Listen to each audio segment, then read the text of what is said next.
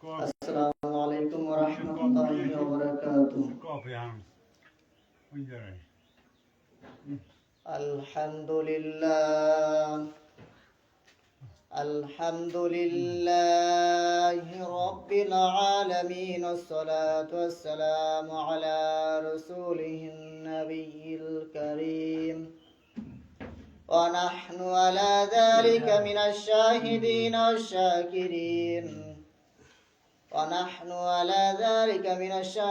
والشاكرين أما بعد، فقد قال الله تعالى في كلامه المجيد والفرقانه الحميد: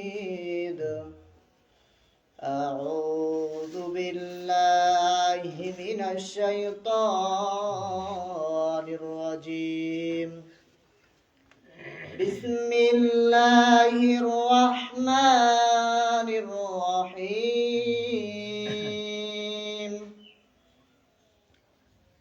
يا أيها الذين آمنوا إذا نوديت الصلاة من يوم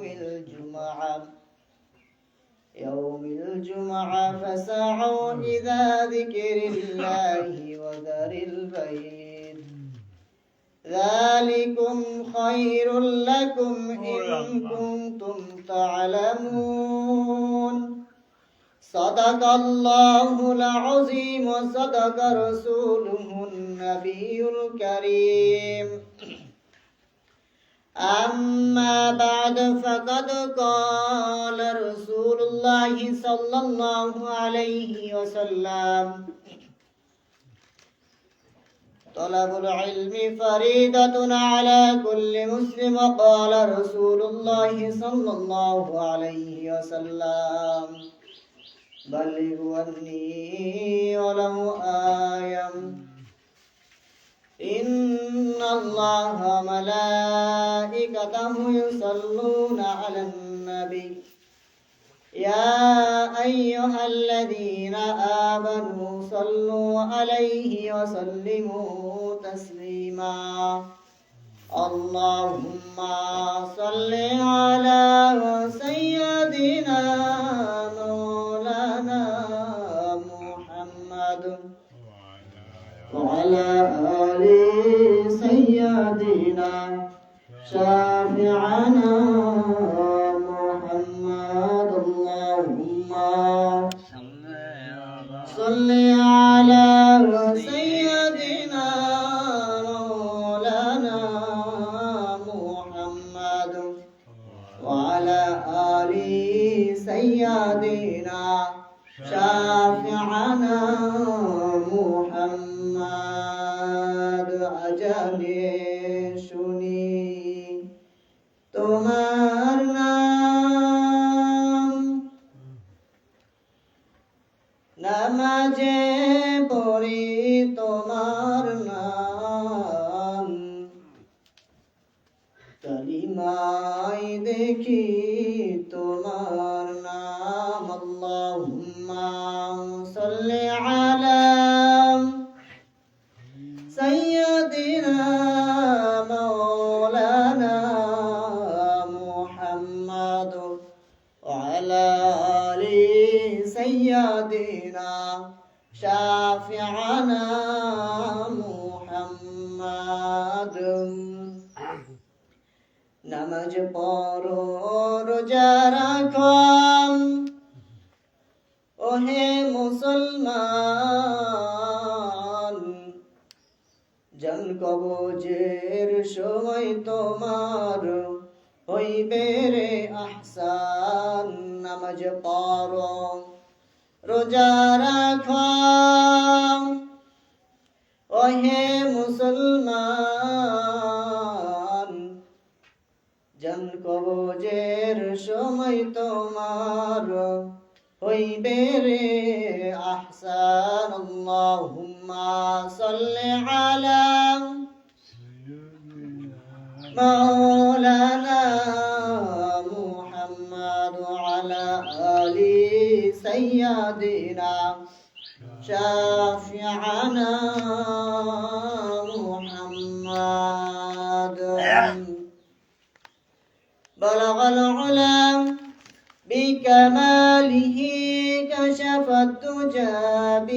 كماله حسنة جميع خصاله صلوا عليه وآله بلغ العلا بكماله كشف الدجى بجماله حسنة جميع خصاله صلوا عليه وآله أي محبوب خدا ہے أي محبوب خدا ہے یا ربنا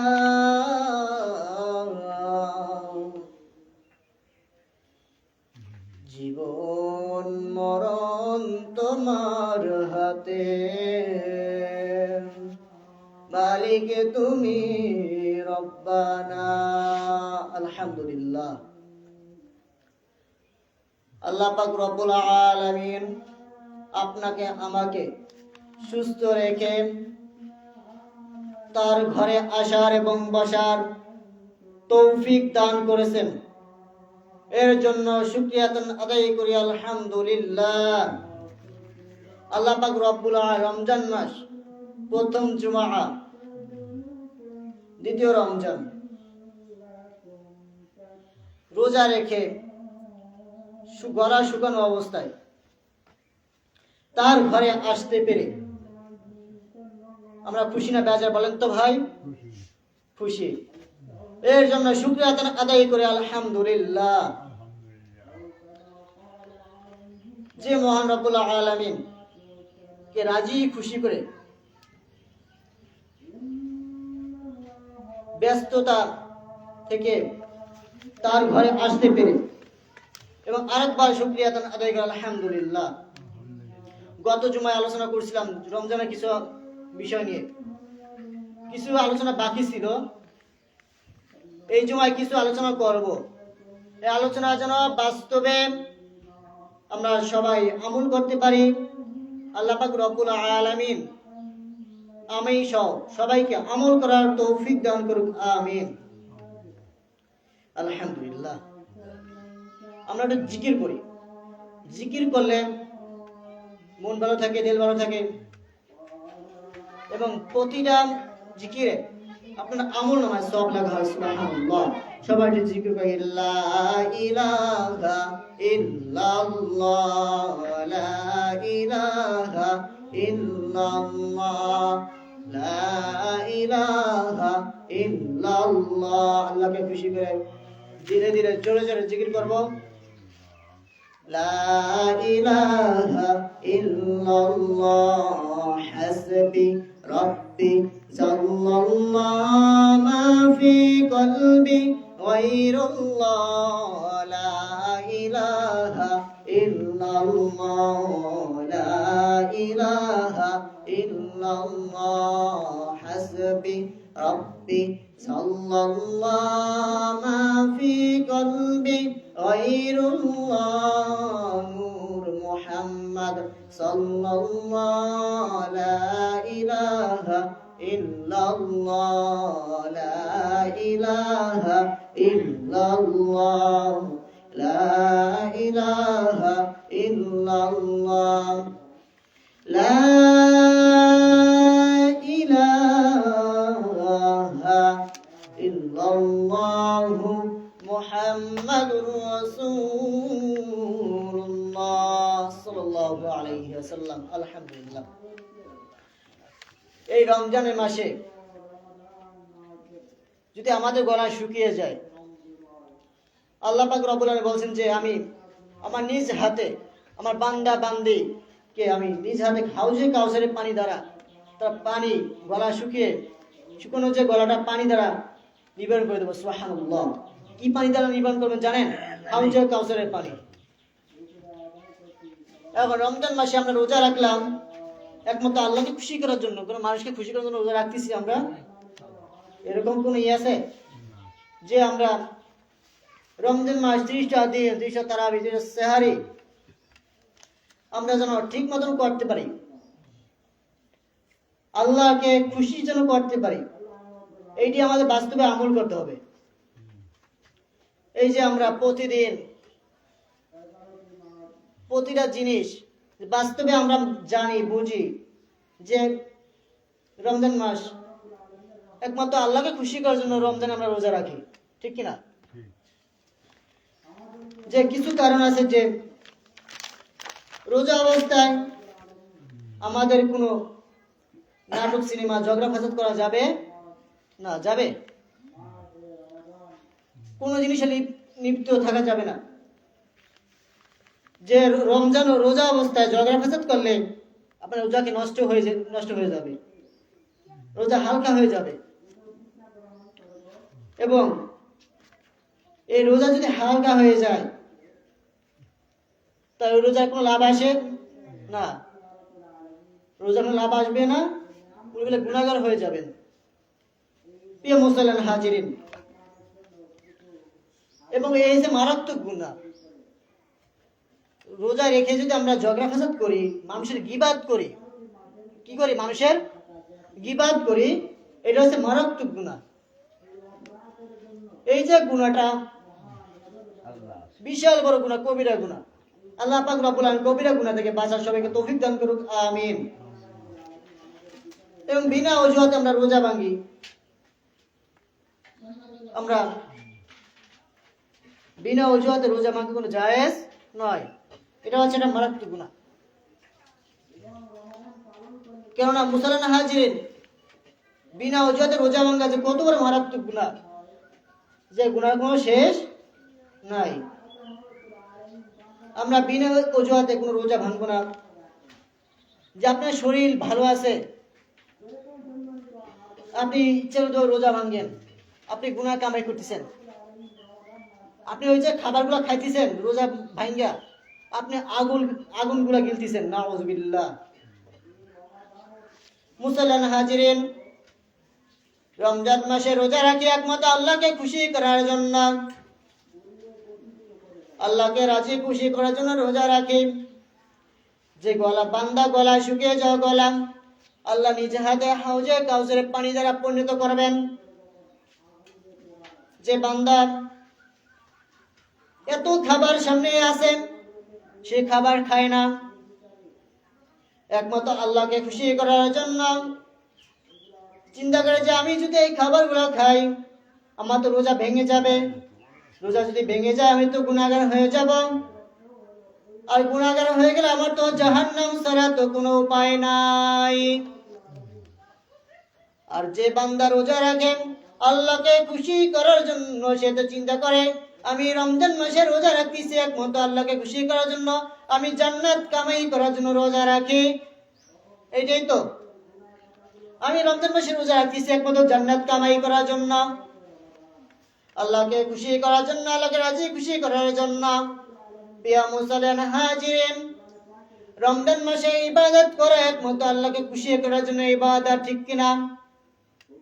আপনি যে ইবাদত করবেন না কেন, খাস নিয়তে খাস আমলে যদি ইবাদত করেন, সেই ইবাদত আল্লাহর কাছে কবুল হয়ে যাবে, সুবহানাল্লাহ।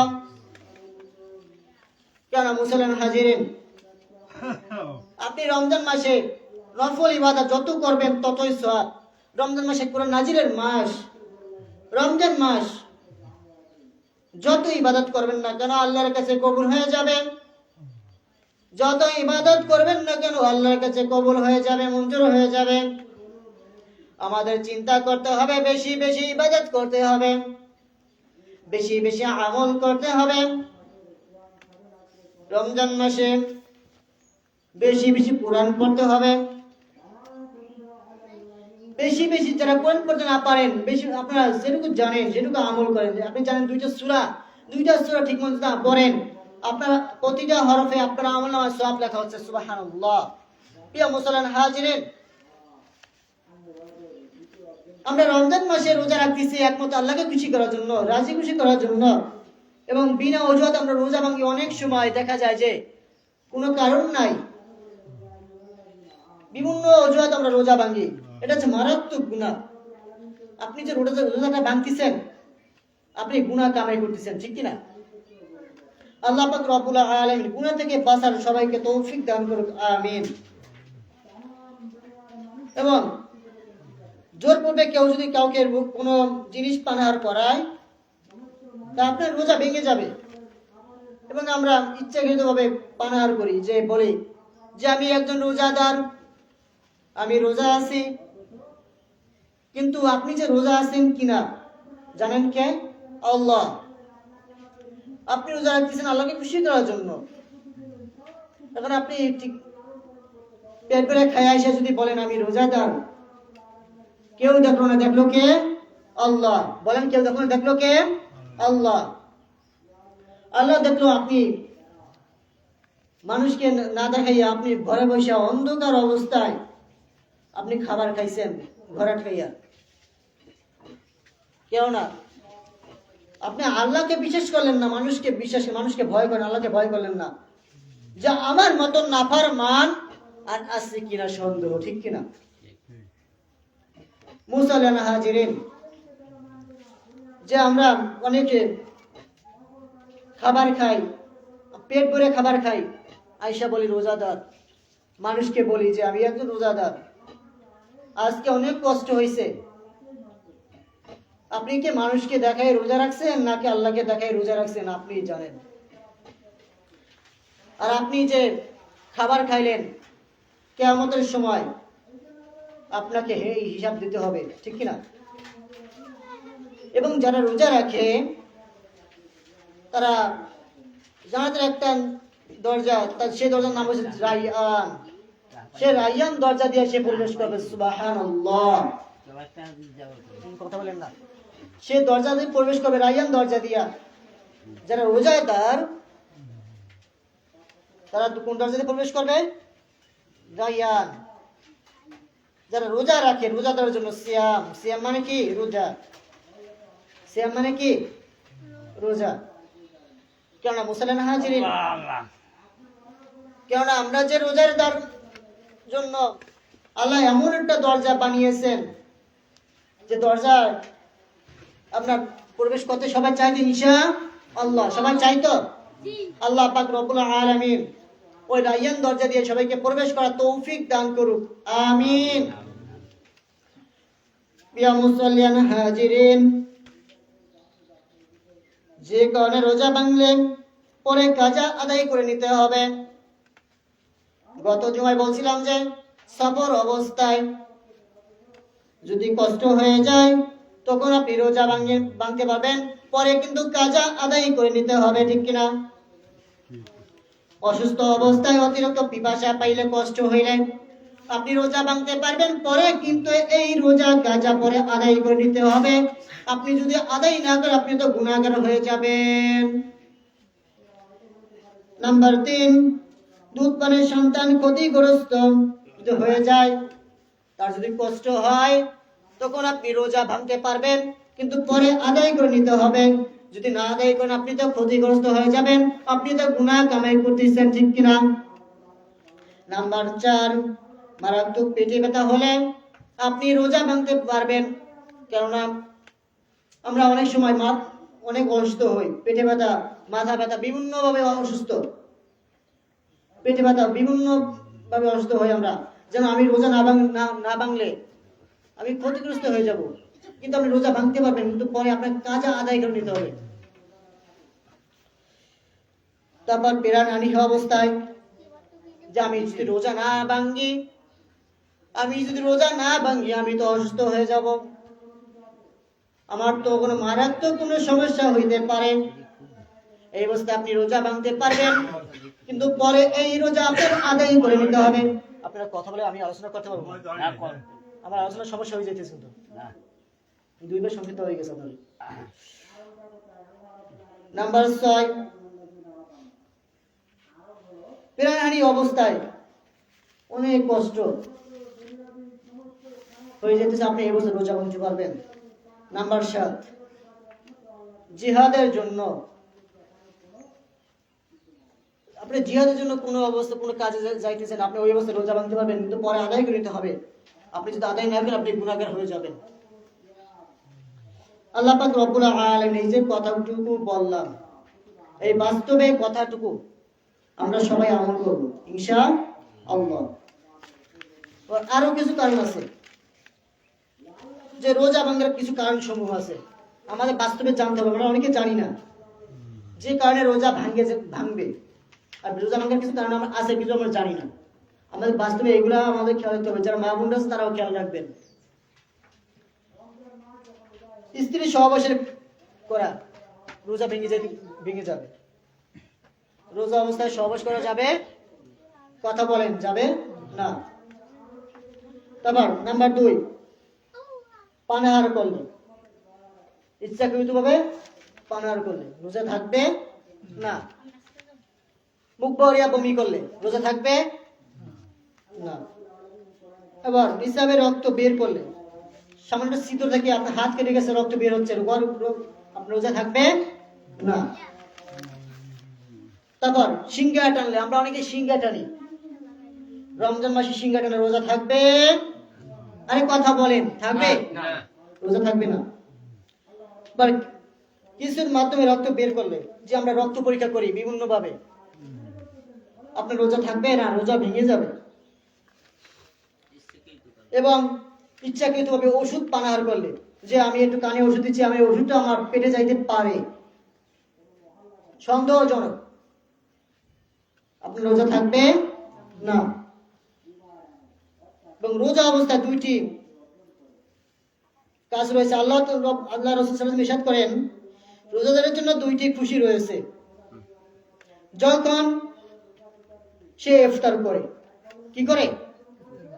ইফতার করে। আর যখন সে তার রবের আল্লাহর সাথে সাক্ষাৎ করে, সুবহানাল্লাহ, আল্লাহর সাথে কি করে? সাক্ষাৎ করে। রোজাদারের দোয়া আল্লাহর কাছে দ্রুতভাবে, গুলি যাইতে যত সময় লাগে, দোয়া কবুল হতে তত সময় লাগে না। ওই দোয়া আল্লাহর কাছে কবুল হয়ে যাবে, সুবহানাল্লাহ। কিছু কিছু সময় দোয়া কবুলের সময়, এইগুলো মনোযোগ সহকারে শুনবেন। এই কথা বলে কেন? কিছু সময় দোয়া কবুলের সময়। নাম্বার 1, গভীর রাতে। কি রাতে বলেন তো? গভীর রাতে, তাহাজ্জুদের রাতে। আপনি যখন তাহাজ্জুদ নামাজ আদায় করে আল্লাহর কাছে 2খানা হাত তুলবেন, আপনার হাত গুলির বেগ পৌঁছতে যত সময় লাগে, আল্লাহর কাছে ওই রোজা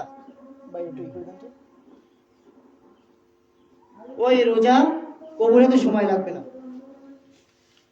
আপনি আরো জিনিস আছে যে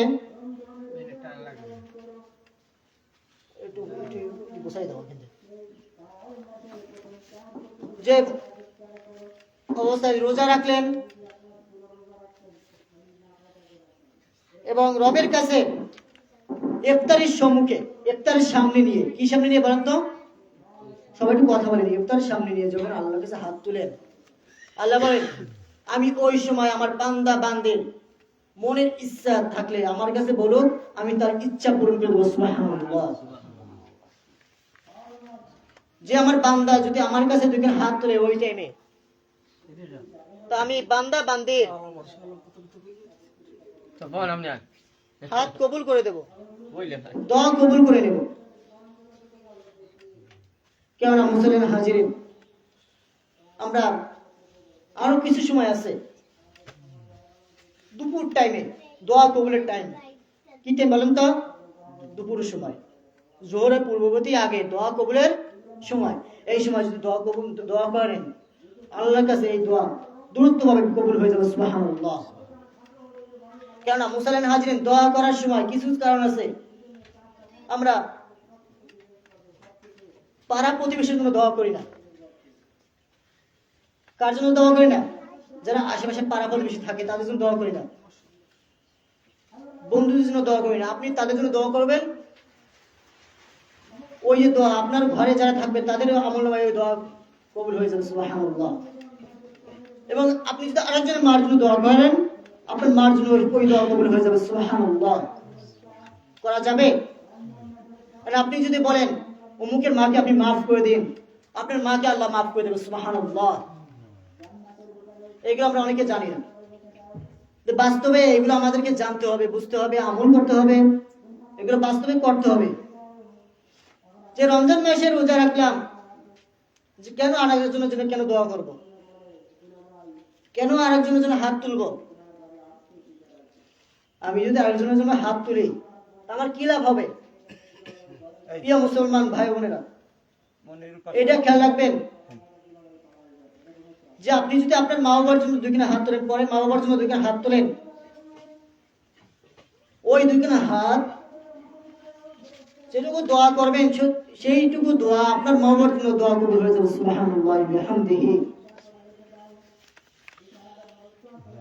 এবং রোজাদারের ইফতারের সময় দোয়া করলেন, সেই দোয়া কখনো আল্লাহ ফেরত নেন না। সেই দোয়া কি করেন না আল্লাহ? সেই দোয়া আল্লাহ কখনো ফেরত নেন না। সেই দোয়া দ্রুতভাবে আল্লাহর কাছে পৌঁছে যায়, কবুল হয়ে যায়। সুবহানাল্লাহ বিহামদিহি। এবং কিছু কিছু কালিমা আছে যে কালিমা এমন ভারী, মিজানের পাল্লায় অনেক কি ভারী। সুবহানাল্লাহি ওয়া বিহামদিহি সুবহানাল্লাহিল আযীম। সুবহানাল্লাহি ওয়া বিহামদিহি সুবহানাল্লাহিল আযীম। এই কালিমা অনেক ভারী। এক পাল্লা যদি আপনার গুনাহ দেওয়া হয়, আরেক পাল্লা যদি আপনার সওয়াব দেওয়া হয়, এক পাল্লা যদি আপনার কি করা হয় গুনাহ, যত বদ কাজ, যত নাফরমানি, আর এক পাল্লায় আমল দেওয়া হয়। আপনার আমল নামায় যদি জান্নাতের যে আমলটুকু যদি বাড়ি হয়ে যায়, আপনার জান্নাতে যেতে কোনো সমস্যা আসবে না। এবং পরে হাদিসে বলা হয়েছে যে এক পাশে বদ আমল, এক পাশে কালিমা, কালিমার পাল্লা অনেক বাড়ি হয়েছে। সুবহানাল্লাহ বিহামদিহি। নেক আমল এবং কালিমা। তোমাদের মাঝে দুইটি কালিমা রাখছি যে উহা কখনো ধ্বংস হবে না। রাসূল সাল্লাল্লাহু আলাইহি ওয়াসাল্লামের হাদিস। রাসূল সাল্লাল্লাহু আলাইহি ওয়াসাল্লাম বলেন যে তোমাদের মাঝে দুইটি কালিমা রাখছি। কয়টি কালিমা বলেন? দুইটি কালিমা। যে ইয়া কালিমা কখনো ধ্বংস হবে না, গুমরাহ হবে না। সেই কালিমা দুইটি কি? সুবহানাল্লাহি ওয়া বিহামদিহি সুবহানাল্লাহিল আযীম। আমরা প্রতিদিন প্রতিনিয়ত এই কালিমার আমল করব এবং প্রতিদিন 1000 বার সুবহানাল্লাহ, 10 দিনে যদি যে ব্যক্তি 1000 বার সুবহানাল্লাহর আমল করে, কি আমল বলেন তো? সুবহানাল্লাহর আমল করে, তার আমল নামায় প্রতিনিয়ত সওয়াব লেখা হবে। সুবহানাল্লাহ। এবং প্রতিদিন বেশি বেশি বেশি বেশি সুবহানাল্লাহ, আলহামদুলিল্লাহ, আল্লাহু আকবার, লা ইলাহা ইল্লাল্লাহ, আল্লাহ, বেশি বেশি দুরূদ শরীফ, ইস্তিগফার যত পড়বেন ততই আপনার আমলনামায় লাভ হবে। আপনি যতই আমল দার হবেন ততই আপনার আমলনামায় কি হবে? সওয়াব লেখা হবে। মানে আপনি যদি গুনার কাজ করেন, আপনার আমলনামায় কি সওয়াবের কাজ লেখা হবে না গুনার কাজ লেখা হবে? বলেন তো? গুনার কাজ লেখা হবে।